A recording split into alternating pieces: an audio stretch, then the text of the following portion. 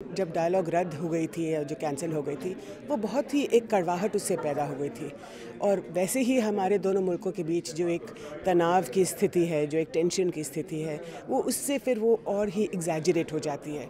क्योंकि जब एक दूसरे से जब बातचीत ही अगर बंद हो जाती है, कोई गुफ्तगू होती ही नहीं है, दरवाजे सारे बंद हैं, आपकी खिड़कियां बिल्कुल खुली नहीं हैं, आपका जो वीज़ा रेजीम है वो ठप है, आवाजाही ही नहीं होती, तो फिर आम आदमी एक दूसरे के मुल्कों में किस तरह एक दूसरे को कैसे पहचानेगा। तो एक ही इनका आना मुझे लगता है बहुत अहम है, और उसके साथ साथ एक ये जो टॉक्स की जो रिवाइवल है, ये बहुत ही अहम बात है। कुछ ना कुछ देखिए उसमें ज़रूर निकलेगा।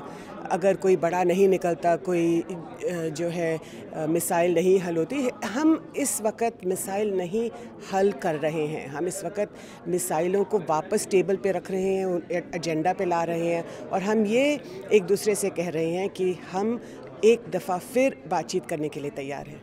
उन्होंने भी ये कहा है और हमारी भी ये तवक्को है कि तमाम इश्यूज़ जो इंडिया और पाकिस्तान के दरमियान में तस्फिया तलब है बशमूल जम्मू एंड कश्मीर इशू के, वो डिस्कस किए जाएंगे और उन पर आगे पेशरफ्त की जाएगी। तो नाम चाहे उसका कंपोजिट डायलॉग दें, डायलॉग प्रोसेस दें, कम्प्रीहेंसिव डायलॉग कहें, कुछ भी कहें, उसका फॉर्मेट क्या होगा, ये सब चीज़ें डिस्कस होंगी। लेकिन एक चीज़ का जो उनकी तरफ से भी ऐलान हुआ है और हमारी तरफ से भी यही तवक्को है, और वो यही है कि तमाम इश्यूज़ डिस्कस किए जाएंगे।